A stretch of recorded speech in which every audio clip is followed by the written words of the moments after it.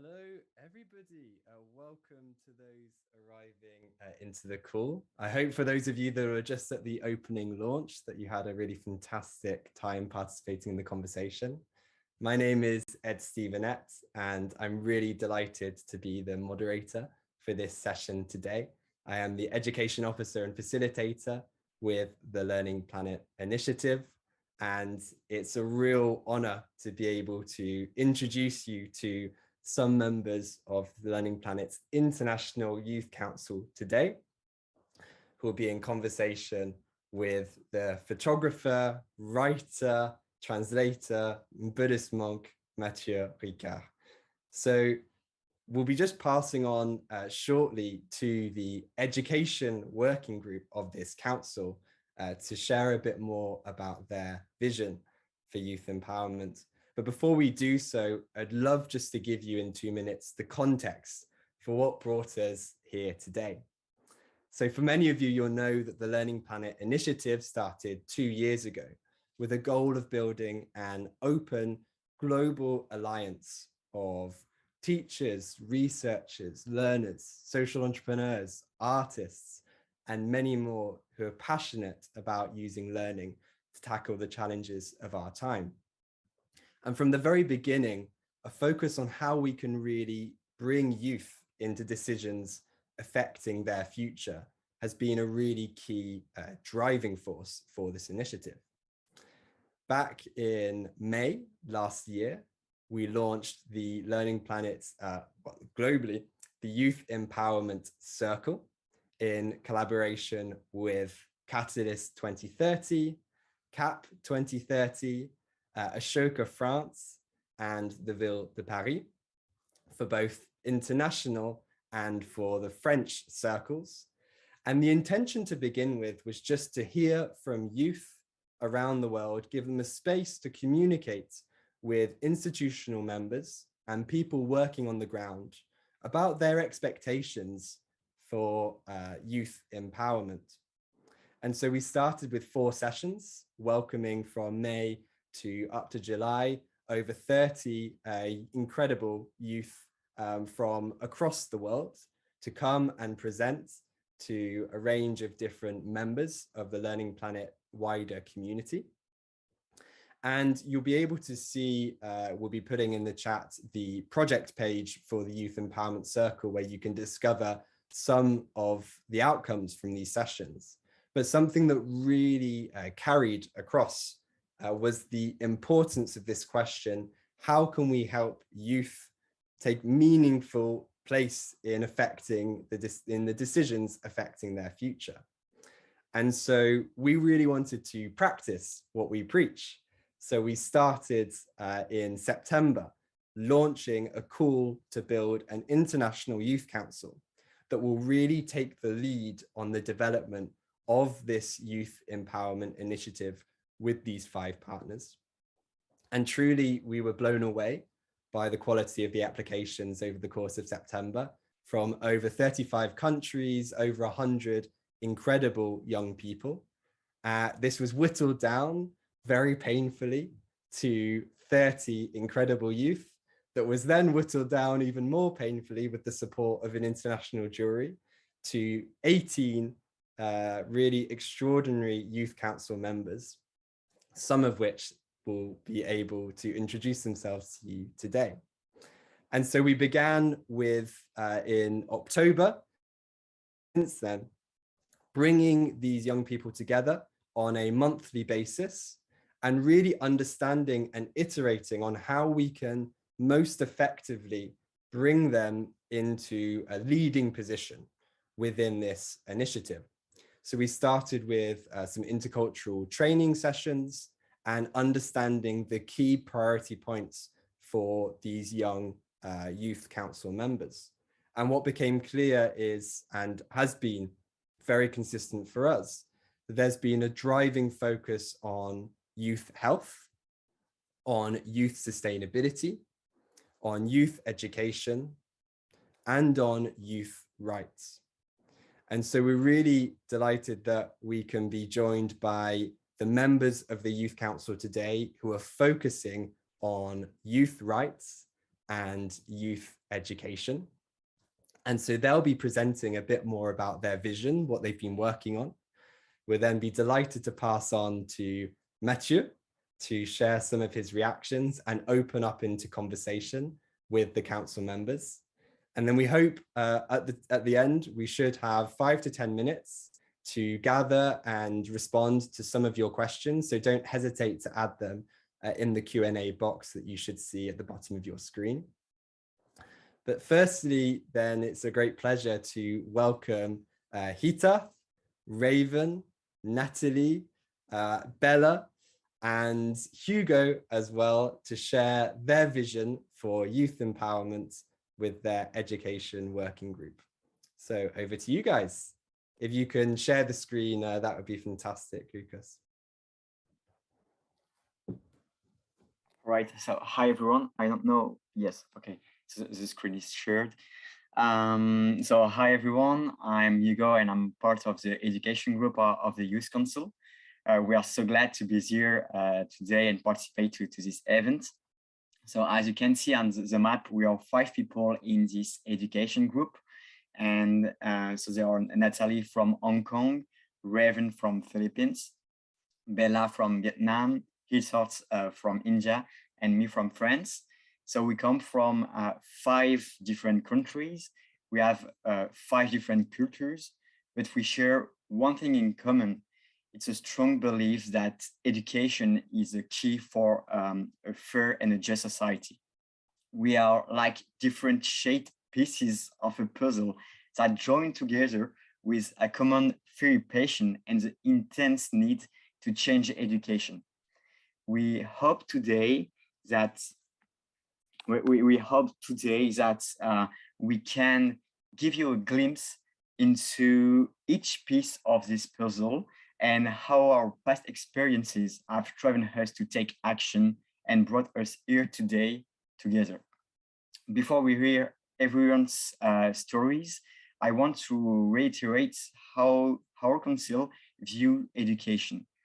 Education for us is a sharing of knowledge, skills, and values that liberate the intellectual that we all possess.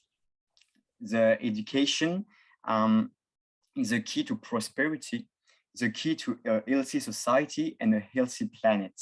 Education has no bounds and is a lifelong process, occurs in any context. And most importantly, it is a right for everyone. With that, let's hear Natalie's story. Thank you, Hugo. Hi, everyone. I'm Natalie, and I'm from Hong Kong. And so here's a bit about myself. So coming from a privileged background, I always took my education for granted. I took it for granted because I didn't know anything different. Whether it was art, piano, or swimming, there was nothing stopping me from taking it on except my own interest. And so the point is, I had a choice that many children around the world would give anything to have. And it was only when I spoke to other people and listened to their stories that I realized how rare it is to be as lucky as I am, how rare it is to learn what we want to learn, or to even learn at all. So with my passion for science, I developed a science program to teach disadvantaged children from all backgrounds. And I wanted to instill the same passion for science in them, especially when gender, wealth, and racial inequalities are so pervasive in the science field.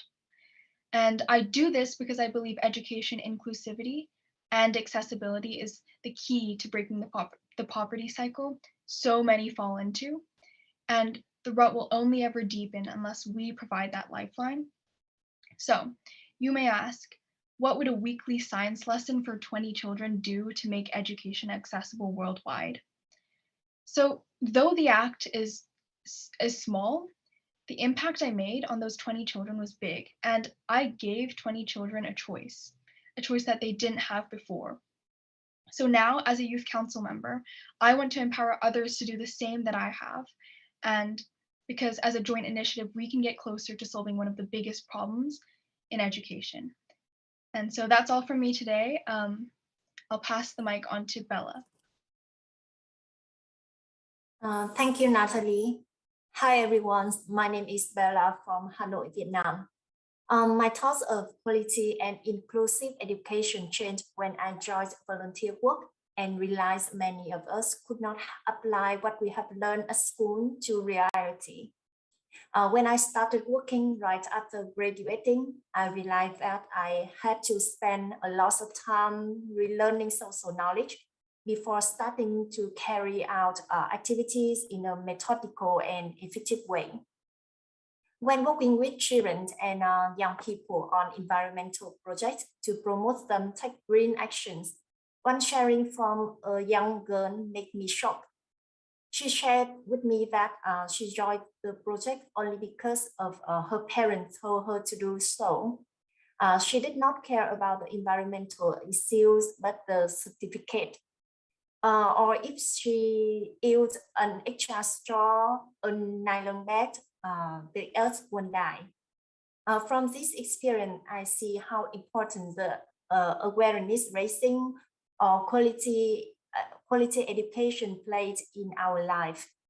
In my countries and the Asia Pacific region, we generate movers program providing training of Chinese with Minty workshop and mentoring program to encourage and mobilize young people to raise awareness about sustainable development goals and practice 21st century skills. Now we have the movement of over 40,000 young people in the region and over 6,000 youth in Vietnam in particular. Every project I am working for, I always apply 3 letter A's in the process: awareness, action, and advocacy. I am very happy that in my country now, more and more young people have the open-mindedness and dedicate their time and efforts to learning and transmitting social values to the next generation through educational projects. With Youth Council and Learning Planet, we want to do more, learn more, and inspire more. This is my story, and I would like to give the floor to my teammate, Hitat from India.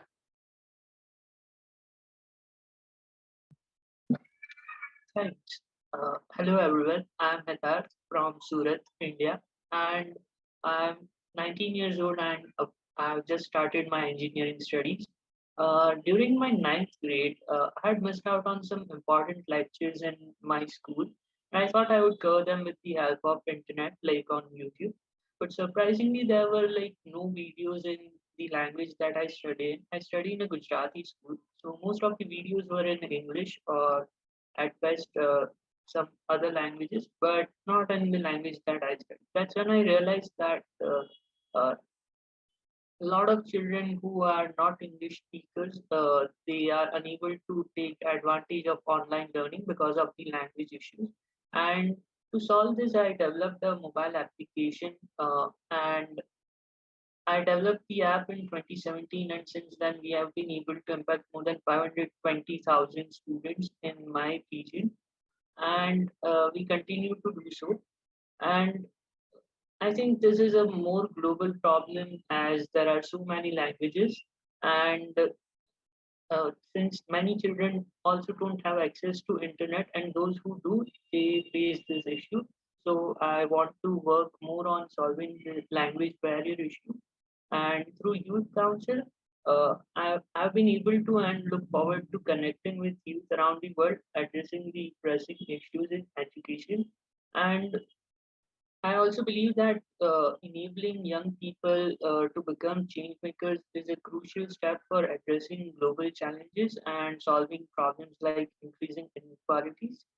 And so now I would like to pass the mic to Raven, and Hugo, I would like to pass the mic to share his story. Yeah, thank you, Rachel.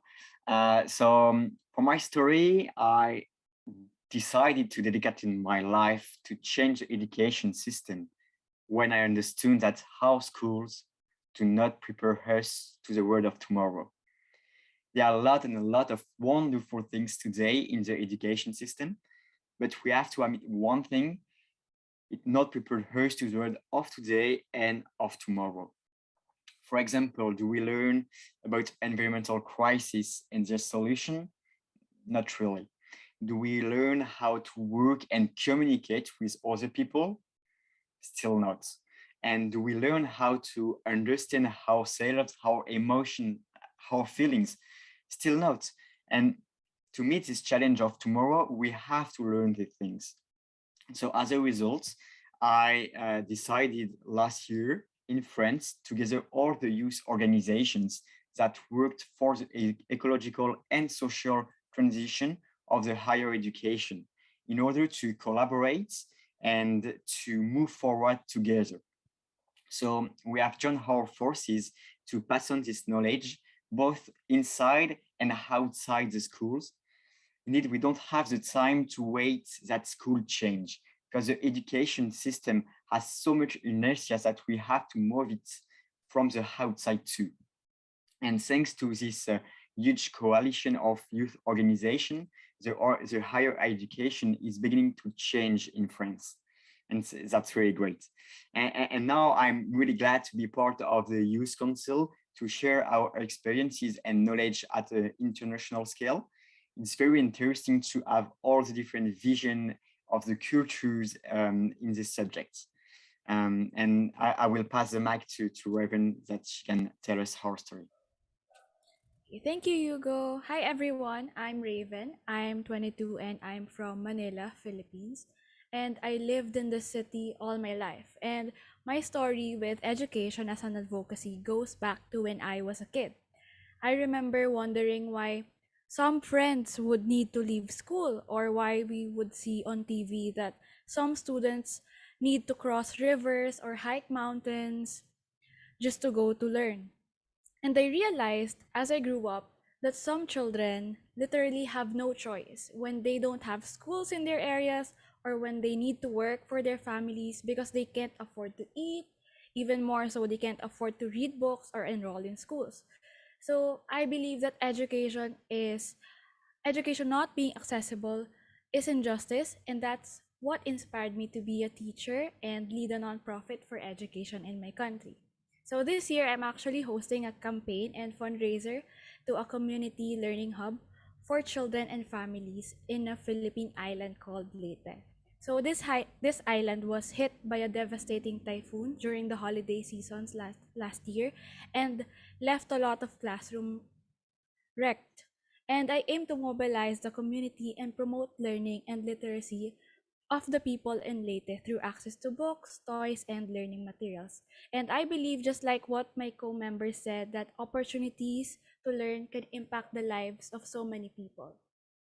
So learning is the biggest gift that I want to give them. And I'm so glad to be part of this group where we all believe that everyone has the right to education. And with that, I will pass on the mic to Natalie to summarize the problems that we shared through our stories. Thanks, Raven. So as you may have heard, we all have very different perspectives and approaches when it comes to addressing this simply huge topic, education. And so with the problems that all five of us have mentioned today, namely poverty, lack of opportunities, inefficacy of the system, gender inequality, we have come together to call for every member of society to take action to solve these problems and create a world where education is sustainable, accessible, and empowering. And so during our time together, we want to make a tangible impact in driving forward the future of education.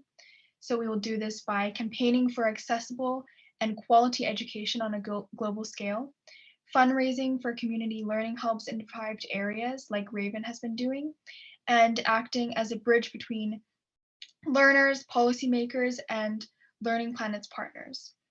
And we may even look to technology-based solutions or potential online educational video sharing platform for youth.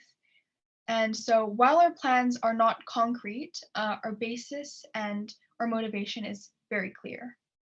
And now I would like to pass it on to Hidarth to sum up our presentation. Thanks, Nat. To conclude our Youth Council's education group's vision, our goal is for a world where education is accessible to everyone in every context, and it was students who take charge of their education. Not only do we want to make education available to all, but we want to encourage you to take reins of their educational journey. It should not be something imposed on children. Rather, it should stem from children's passion to learn and develop their interest. This is the mindset that we take with ourselves in all our pursuits. If you would like to join Youth Council's education group as an organization or as an individual who would like to contribute to future plans that we have, then I'm putting the link in the chat, so you can fill the Google form and we can connect and discuss more about it. And that's it from the education group. Thank you so much to each of you. Learning is indeed the biggest gift, and what you'll be able to see, don't hesitate to fill in the questionnaire, but you'll be able to see on the Learning Planet Youth website a bit more about the profiles of those that have just presented and others in the council as well. And as you'll see, they're already actively on the ground doing some incredible work, incredible innovation initiatives across the world already. And this council is bringing them together and bringing together the sum of these parts as well. So we're really excited to support you and for you to join us on this journey in building youth empowerment, the Youth Empowerment Circle. It's now my pleasure to pass on to the rights group with Katie and Louise joining us here today representing your group. So I'll pass it straight over to you. Thank you, Ed. Good afternoon, everyone. My name is Katie, and I'm so excited to be able to take part in this international panel discussion today. There are two members of our rights group that are not able to be represented here today because of time zone and technology difficulties, but Claudia and Yuki were sadly not able to join us. Just before Louise and I share our stories of how we got involved with this council, I just wanted to give a little bit of introduction into youth rights. And we believe that youth rights are about being free to have an active role in the decisions that affect us and shape our future. As youth members of society, especially as activists, many times we are overlooked and our voices are not appreciated simply because of our age. This is something we want to change. The Youth Council has been able to connect members of society from all over the world and have been able to put youth advocates together so that we can fight for our rights and make a true change in society, starting with each other and going all the way up to our governance. Now, I would like to pass it on to Louise to share her story. Hi, everyone. My name is Louise. I'm from France and I'm 17 years old. I just felt that growing up, that there is a huge gap between boys and mainly boys and girls. And I was told, no, you can do it, or no, it's not your job, it's a boy job. And I was like, it made me feel amazed to see that as a girl, I was not able to have the same rights that other people. And yeah, that's why I got involved in organizations just like Amnesty International. And I just want that the girl growing up to not like feel this gap between boys and girls and to be aware of all the rights that they got. And I think that by participating, we can all make a difference. And yeah, we need to stop thinking that we have no power because we have one, and it is next to us, and we need to take it and be a part of the battle. So yeah, and I'm going to pass on Katie to share her story. Sorry. Thank you, Louise. I became involved in activism a little bit over a year ago, and it was actually a conversation I had with someone at my school, and I was talking about how women are not treated as equal members of society, and he just asked me one question, which is, what are you going to do about it?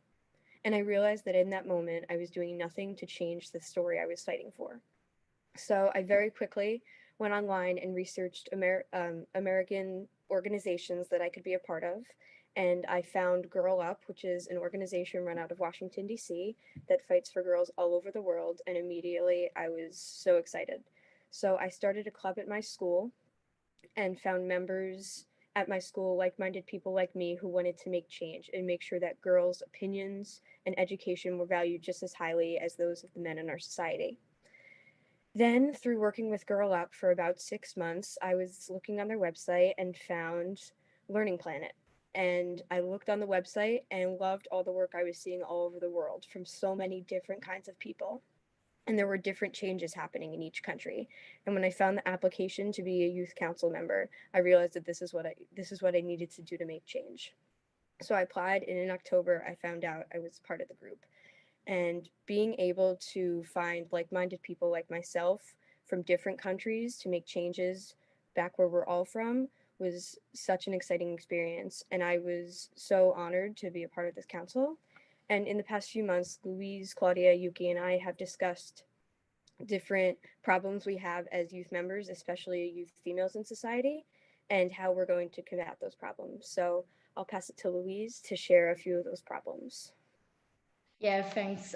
Just like Katie said at the beginning of our presentation, there is a huge problem with youth rights and the voice of youth people, because we just have the impression that everybody tells us, oh, you need to speak, you need to participate, but we are not actually really listen. And yeah, freedom of speech is actually a major point, a major problem for youth activists. And it is for that it is amazing to see that the Youth Council is the solution, because we are able to like create a work with organization, just as Girls Up, for example.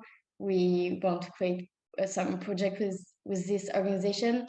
And once again, I wanted to remind you that it is just amazing to see other people involved and just with the same mindset and the same ideas, and you can just work together and create organization and projects like that. So Katie, maybe you can present our project. Yes, so just like we said, even though we have the freedom of speech, that doesn't mean that our voices are listened to or valued at the same weight. So many times our talent is overlooked because of our age and because of our gender. So starting with solutions to the problem, we have come up with the idea of partnering with Learning Planet and Girl Up to create a summer workshop camp for girls from all over the world, and especially in France, to participate and to share their voices and realize how valuable they truly are to society in all areas of STEM and politics and activism in general. And by doing this, we're able to bring together people who want the same things, and by creating a group and an organization of people who are fighting for the same rights, so much change will happen so quickly. And even though we might not be able to make change at the highest level of legislation, if we just start in our own communities, starting in schools, and making sure that education is valued as equal, and making sure that our speech is valued as equal.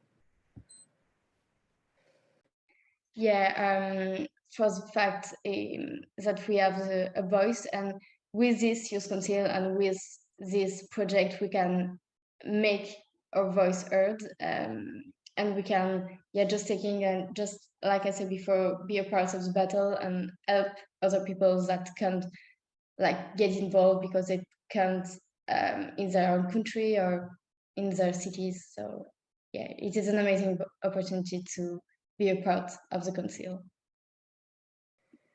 And just to continue a little bit off of that, young women and young people in society all across the world feel the same, and there needs to be change.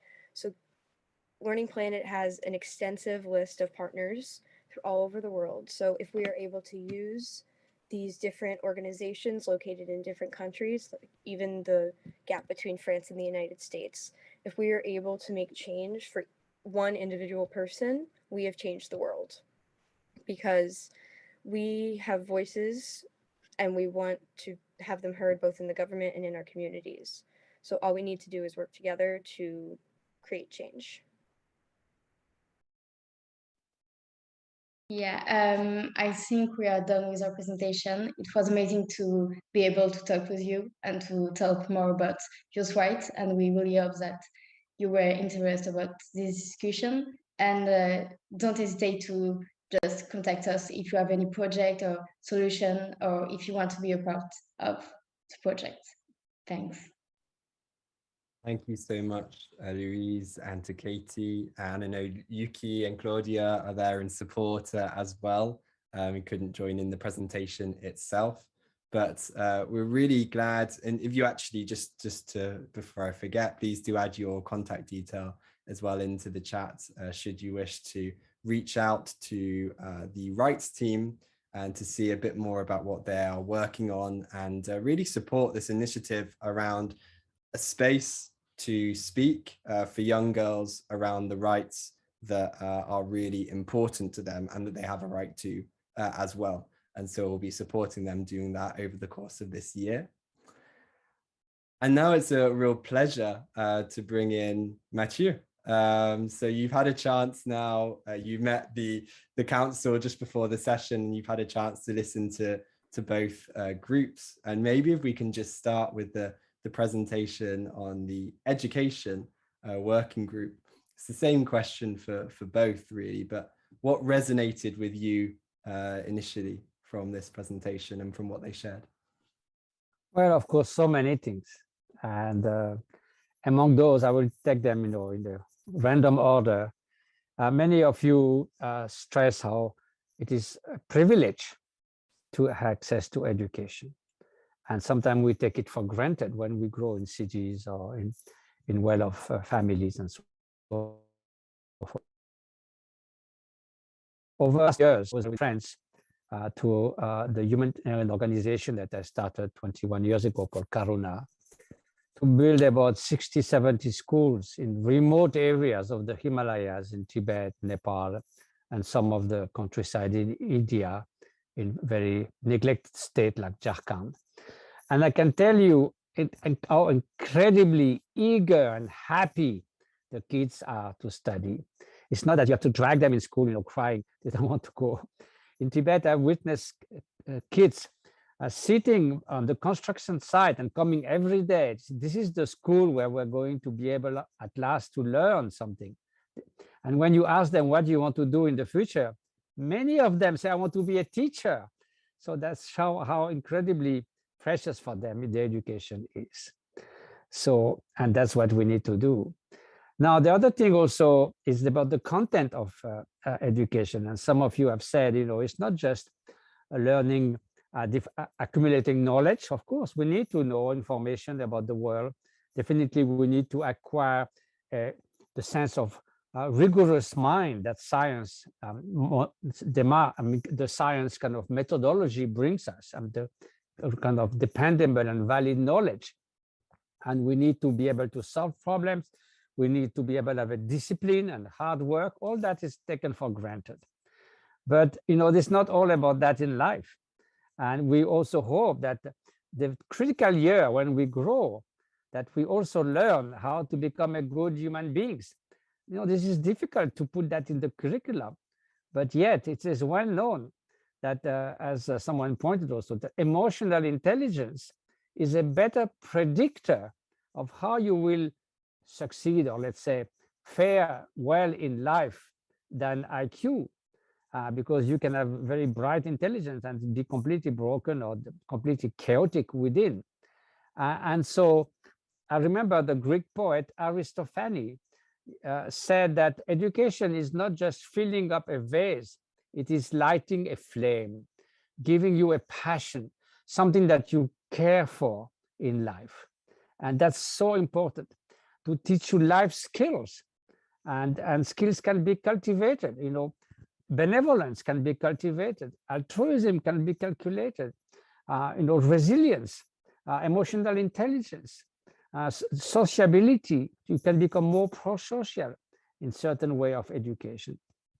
And also, as you said, the under-education of girls. In all our schools, we make a special point to that the girls come. In Tibet, for instance, the nomads, if they can send only one kid to school because they have to look after the animals, they will send the boys. You say, no, you have to send girls. And in fact, I've been in Rajasthan, where there's the children parliament, and it's so wonderful. Believe it or not, they have a real impact on the village life. So the villagers, the adults, they can come to the parliament, but they are not allowed to speak. And they really tackle serious problems, like sometimes abuse, children work and everything.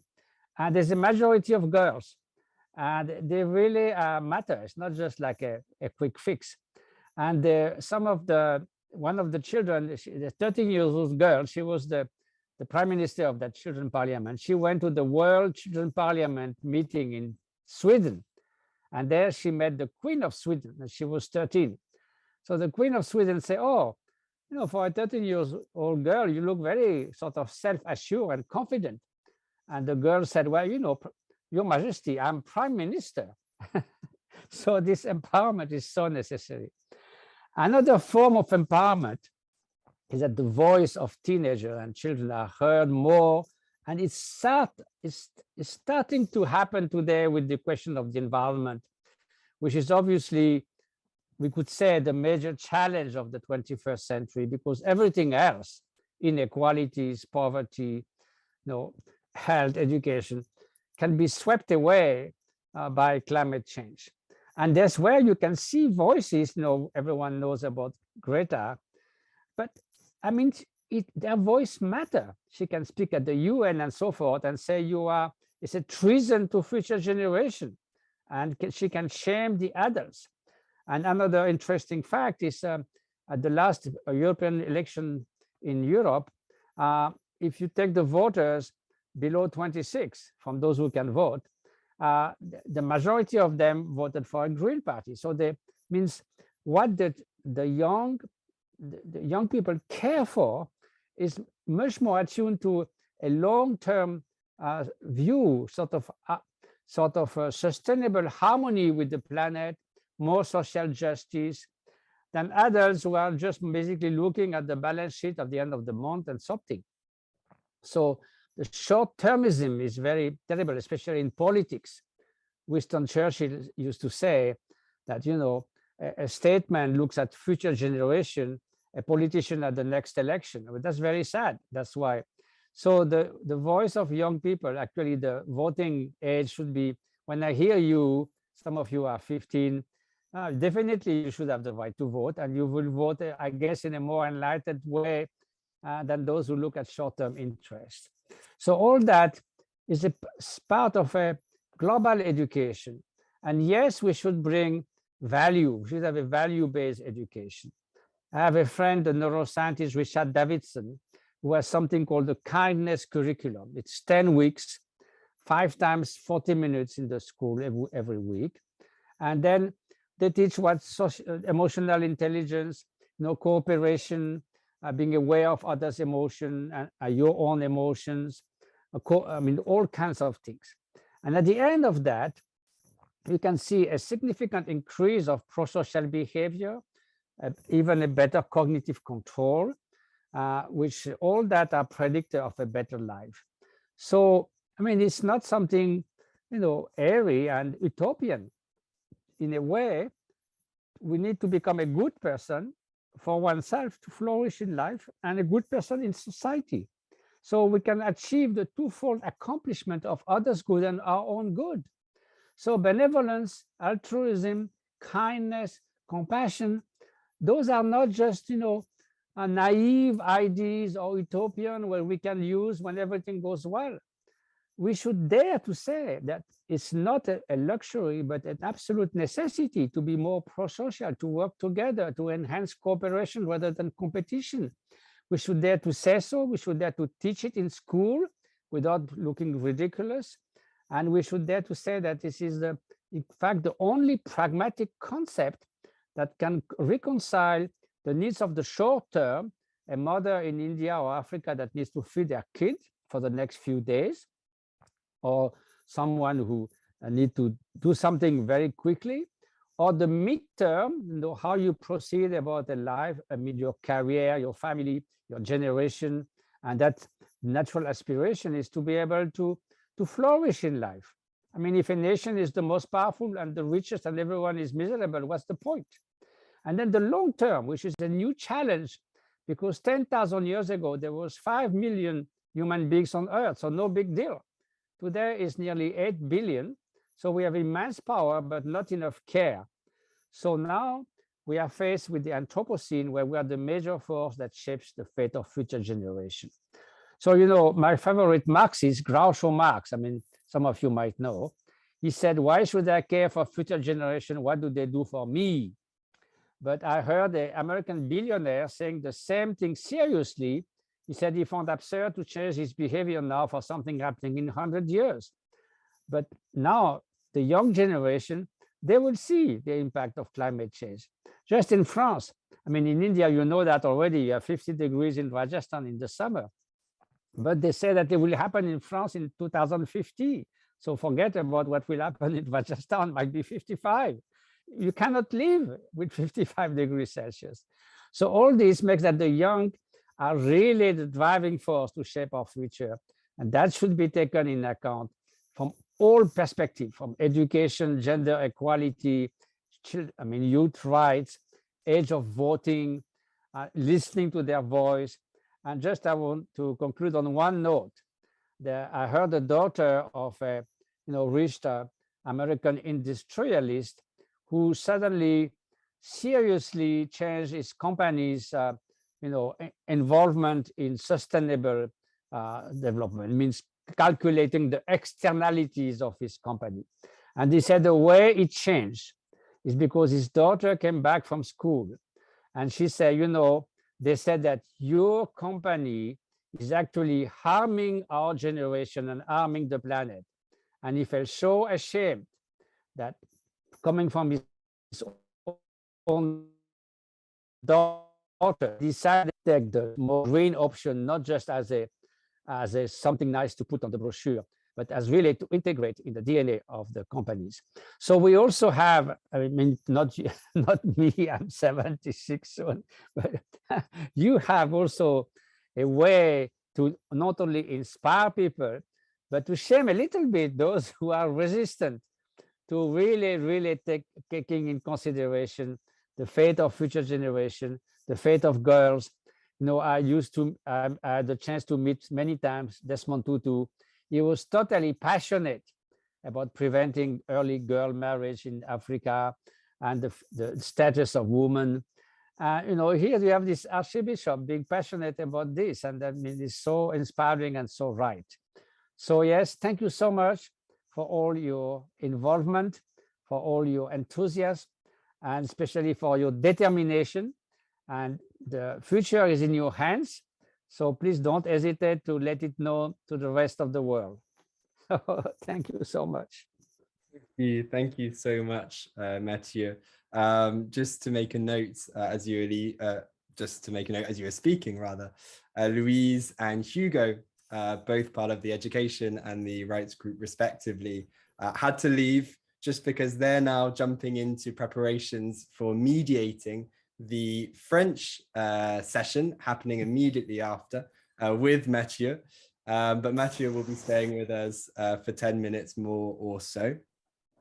And Matthieu, I don't know whether you remember, but I saw in your blog, you described a meeting with youth way back in 2009 when you talked with youth with Canada and they were not sure about what to do next. And you mentioned, sit there, rest, think with an earnest yearning, what do I really like to do in life?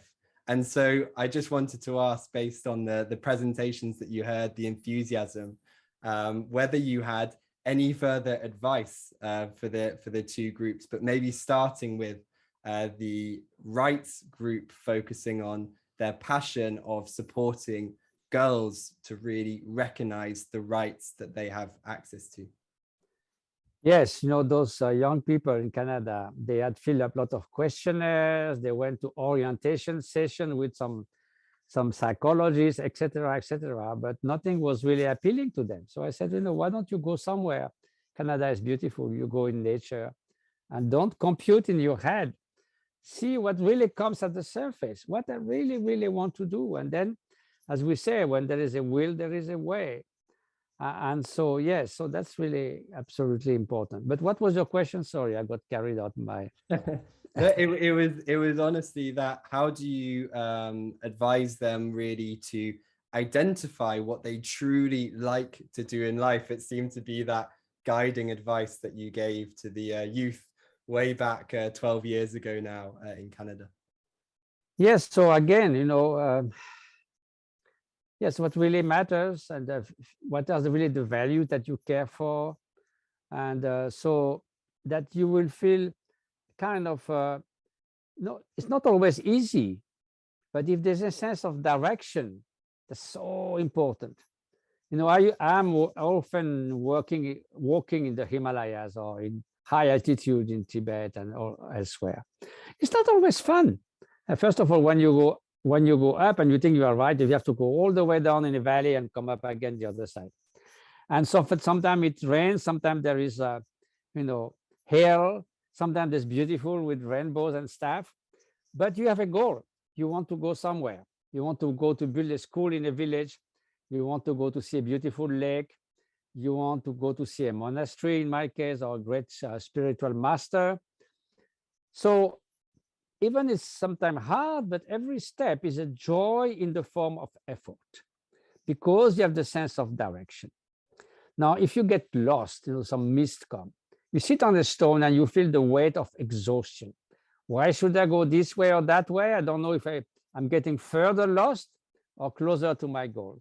So to be without compass, without direction, without North Pole, then many of the young people, they know what they don't want their life to be, that is boring, meaningless, and so forth. But we don't always know what we want it to be. So finding the sense of direction makes that there will be ups and downs. It's not always easy, but you feel that every step is worth going. And you feel that when you will look back in 20 years, you say, well, I did my best, well done, something was meaningful. And so don't, in the direction means also identifying the right goal in your life. In Hong Kong, I met someone who told me, 20 years ago, I wanted to make $1 million. Now I've made 20 years later, and I wasted 20 years of my life. There was a stark summary of 20 years for him wasted, and I can understand why. So yes, what makes you passionate? What is meaningful? If possible, what is altruistic? Because you see, to just pursue selfish goal is so unsatisfying. Usually it ends up making your life miserable, or me all day long. And of course, you will make the life of others miserable because selfish people never make anyone happy. So it's a lose-lose situation. If you are open to others, more altruistic, it can be firm, but benevolent, then it's a win-win situation. People will perceive you in a nice way. You will also feel good within yourself.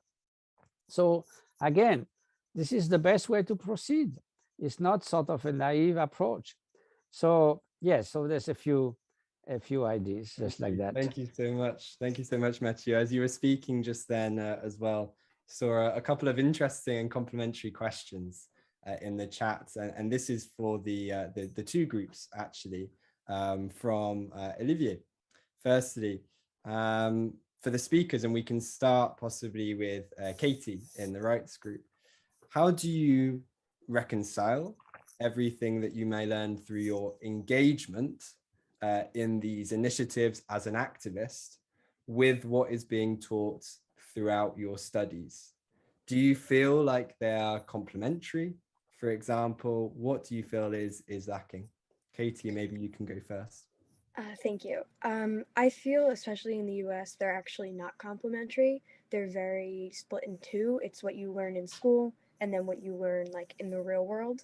And I think what we need to do in this situation is, especially in classes like science and math, learn about what is happening to our planet. So I think we need to change our curriculum to focus more so on the problems that are happening in the real world and not the problems that are happening in the textbook. And I think that by using the outside world to drive our lessons, we will not only be able to learn more information, but more effective information. Thank you, Katie. And based on that, I don't know whether Raven, did you want to come in, because you've kind of got this in between of being an activist, developing, supporting NGOs, but wanting to train also as a teacher, as you say. So how is this complementarity for you of what you've discovered, learnt in your engagement with what you have been able to study over your time in education? I think that I treat and I think we should all start treating our engagements and volunteer opportunities as like extension of our studies. Like as a nonprofit head, for me it's easy because I'm taking up child development. But so many projects can use a lot of disciplines to make it come to life. Like take the Learning Hub project, for example, that I'm leading. We have we can use volunteers from architecture, interior design, accounting, stuff like that. And that's just one example, but so many other examples can be made. And one thing why I think this council is really good is that because we're composed of so many different nationalities and we take up so many different degrees and backgrounds. I think that's it for me. Thank you. Natalie, did you want to come in? Because I know your experience with Kids for SDGs, but in education system, I know you've also been participating with Youth by Youth as well in some sessions. Maybe you can share a bit more about this and about how you're learning about, activism in education as well. Thank you. Yes. Yeah, for me personally, I do think that school and activism should be complementary. And I actually did get in contact with Kids for SDGs and all these organizations and even Learning Planet through my school channels. But so yeah, I think that in Hong Kong especially, well, in my school especially, these sorts of opportunities are encouraged, but they aren't exactly implemented into curriculums. And I think there needs to be more of that mixture. There needs to be more of that fusing together. And just my experience with Kids for SDGs, with the Learning Planet, and with activism, I've learned so much. I've gained so many skills that I don't think I would have in school. And also hosting science programs for kids, helping disadvantaged groups. I've learned emotional skills. I've learned altruism, benevolence that I wouldn't have acquired outside. So yes, I think these are things that we need to bring together.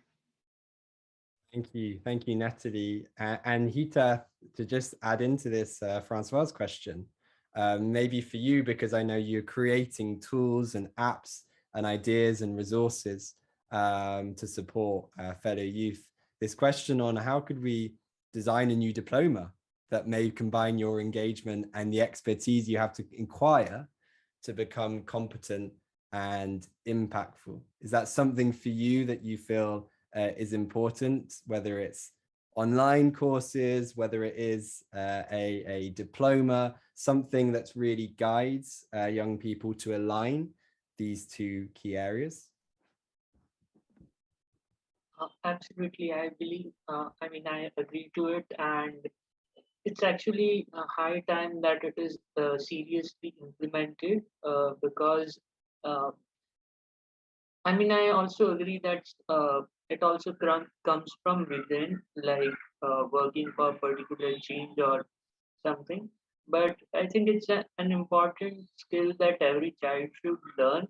There are so many 21st century skills that need to be taught, and I don't see that happening in India, especially. But I completely agree. It can be a diploma or type degree also, or even in form of school curriculum also it can be included. So Thank you so much, Hitath. Bella, did you have a closing thought on this as well to close the education group? Yes. Even with two questions, I remember that I have the habit of buying a lot of books, but actually I just read one or two books. So it kind of like when we learning at school, we don't apply all of our knowledge in reality because of internal and external perspective. And I guess that's how we can reconcile and complement all of our study in school, and how we can engage with the social project. It depends on how we can explore the opportunities, because I saw that a lot of opportunity for young people nowadays even with the organization from government and even with youth organization. And about how to design the new diplomas, that's what combine the engagement between our project, our experience and our knowledge in schools. I thought that at this moment in Asia Pacific, we also support the social enterprise to build the platform that include like the study to work platform that we can include all of the subjects we learn in the school, and also bring some digital course to provide more 21st century skills for young people. And I think that is not the thing one organization can do. So we can include more organizations from the government and even the individuals and young people, and maybe even the private sectors to come on and do this task. I think we cannot solve it in 10 or 20 years, but we can hope that we can change it gradually, and maybe we can get the result that maybe now the digitalization is one of the most important things we look forward to in the future. So I think it's all from my side. Thank you so much, Bella. And I think that's quite an inspiring way to close the exchanges around this call for collaboration across sectors as well. I have to say, thank you so much, Matthieu. I know that you have to jump now into the French session happening straight after this call, where you'll be discussing with some incredible French young activists as well. But I really thank you, Matthieu, for your time, and to the Youth Council as well for your incredible work. It really is a genuine privilege, you know, each month and now more and more on a regular weekly basis to be in contact with these young people who are really truly already doing some really fascinating, inspiring work on the ground. And it brings me just to a closing point around one or two things that you can expect from the festival this week around youth empowerment. We're really delighted, for example, that on Monday, we'll have the health and sustainability working groups of the Youth Council presenting at 2 CET. So the details will be put in the chat. And so if you feel like you want to discover a bit more about the council, but more focused on the health and sustainability core focus points, then do not hesitate to join for that session. You'll also, though, be able to discover later on in the week, but notably on Saturday, conversation sessions with youth. And this is hosted in collaboration with the 50%, which is a fully youth-led organization. And it's really focusing, while it's the last day of the festival, it's certainly not a closing. It's more thinking, what can we be doing and how can we best listen and bring together youth to listen to each other to build meaningful support networks and systems and change moving forward. And then lastly, as well, the day will close with a session on youth mental health, in which Raven, joining us here today as well, will be a participant in the afternoon. And so this will really dive into that essential topic of how are we really effectively supporting youth in this critical issue of their mental health. So thank you so much. I have to join the other session. Yeah, please. But I wish you good luck in your wonderful endeavor and full of energy and determination, and you will succeed. Bye. Thank you so much, Matthieu. And so all that leaves me to say is enjoy the week ahead of the festival. Enjoy discovering the youth empowerment track and the rest of the incredible events taking place at the festival. Thank you so much to Matthieu and to the education and rights groups of the council. And we hope to see you again very soon in the days ahead. Thank you, everybody.